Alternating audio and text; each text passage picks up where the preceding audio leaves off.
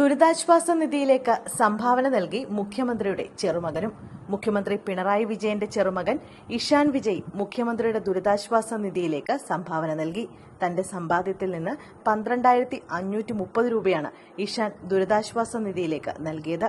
മുഖ്യമന്ത്രിയുടെ ഓഫീസിൽ നേരിട്ടെത്തിയാണ് ഇഷാൻ തുക കൈമാറിയത്. ദുരന്തബാധിത മേഖലയുടെ പുനരധിവാസത്തിനായി മുഖ്യമന്ത്രി പിണറായി വിജയൻ 1 ലക്ഷം രൂപയും ഭാര്യ കമല 33,000 രൂപയും ദുരിതാശ്വാസ നിധിയിലേക്ക് നേരത്തെ നൽകിയിരുന്നു.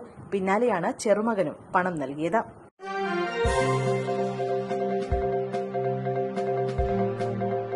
റെയിൽവേ ട്രാക്കിന് സമീപം 2 പേരെ ട്രെയിൻ തട്ടി മരിച്ച നിലയിൽ കണ്ടെത്തി. കാസർഗോഡ് കാഞ്ഞങ്ങാട് 2 പേരെ ട്രെയിൻ തട്ടി മരിച്ച നിലയിൽ കണ്ടെത്തി. കാഞ്ഞങ്ങാട് മുത്തപ്പനാർക്കാവിന് സമീപമാണ് സംഭവം. മുത്തപ്പനാർക്കാവിലെ ഗംഗാധരൻ, മൂവാരിക്കുണ്ടിലെ രാജൻ എന്നിവരാണ് മരിച്ചത്. റെയിൽവേ ട്രാക്കിന് സമീപമാണ് മരിച്ച നിലയിൽ ഇരുവരെയും കണ്ടെത്തിയത്. ഇന്ന് രാത്രി 8:40ഓടെയാണ് സംഭവം. സ്ഥലത്ത് റെയിൽവേ പോലീസ് ഉൾപ്പെടെ എത്തി. ഇൻക്വസ്റ്റ് നടപടികൾക്ക് ശേഷം ഇരുവരുടെയും മൃതദേഹം പോസ്റ്റ്മോർട്ടത്തിനായി കൊണ്ടുപോയി.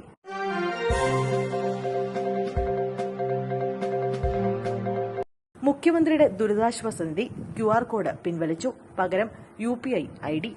മുഖ്യമന്ത്രിയുടെ ദുരിതാശ്വാസ നിധിയിലേക്കുള്ള സംഭാവന നൽകുന്നതിനുള്ള QR കോഡ് പിൻവലിക്കും. ദുരുപയോഗം തടയാൻ വേണ്ടിയാണ് QR കോഡ് പിൻവലിക്കുന്നത്. പകരം പോർട്ടലിൽ നൽകിയിട്ടുള്ള UPI ID വഴി പണം അയക്കാം.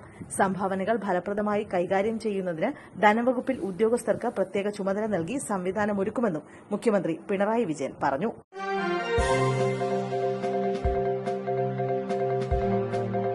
പൊന്മുടി നാളെ മുതൽ തുറന്നു പ്രവർത്തിക്കും.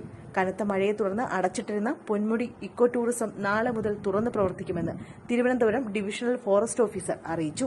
കനത്ത മഴയുടെ സാഹചര്യത്തിൽ മണ്ണിടിച്ചിൽ ഭീഷണിയുള്ള പൊന്മുടി ഇക്കോ ടൂറിസം കഴിഞ്ഞ ദിവസം മുതൽ അടച്ചിട്ടിരിക്കുകയായിരുന്നു. മഴ അല്പം ശമിച്ചതോടെയാണ് വീണ്ടും വിനോദസഞ്ചാരികൾക്ക് പ്രവേശനം അനുവദിച്ചത്.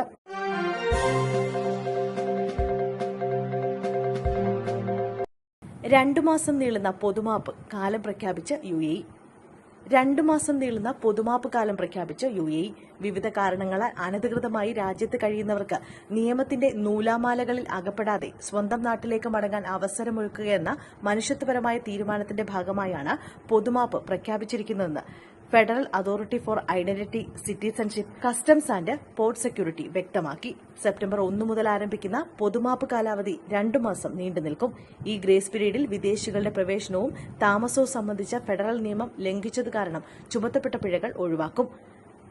UAE സർക്കാർ പിന്തുടരുന്ന അനുകമ്പയുടെയും മൂല്യങ്ങളുടെയും പ്രതിഫലനമെന്ന നിലയിലാണ് നിയമലംഘകർക്ക് അവരുടെ പദവി ക്രമപ്പെടുത്തുന്നതിന് പുതിയ അവസരം നൽകാനുള്ള തീരുമാനം കൈക്കൊണ്ടതെന്നും അനധികൃതമായി രാജ്യത്ത് തങ്ങുന്നവർ തങ്ങളുടെ രേഖകൾ ശരിപ്പെടുത്തി രാജ്യത്ത് തുടരുകയോ പൊതുമാപ്പിന്റെ ആനുകൂല്യം കൈപ്പറ്റി രാജ്യം വിടുകയോ ചെയ്യണമെന്നും ICP അഭ്യർത്ഥിച്ചു. പൊതുമാപ്പുമായി ബന്ധപ്പെട്ട നടപടിക്രമങ്ങൾ ഉടൻ പ്രഖ്യാപിക്കും. ഇന്നലെയാണ് UAE വീണ്ടും പൊതുമാപ്പ് പ്രഖ്യാപനം നടത്തിയത്. മുമ്പും പല കാലങ്ങളിൽ UAE പൊതുമാപ്പ് പ്രഖ്യാപിച്ചിരുന്നു. രാജ്യത്തെ താമസ നിയമങ്ങൾ ലംഘിച്ച് താമസിക്കുന്നവർക്കാണ് പൊതുമാപ്പിന്റെ ആനുകൂല്യത്തിൽ നാടണയാൻ സാധിക്കുക.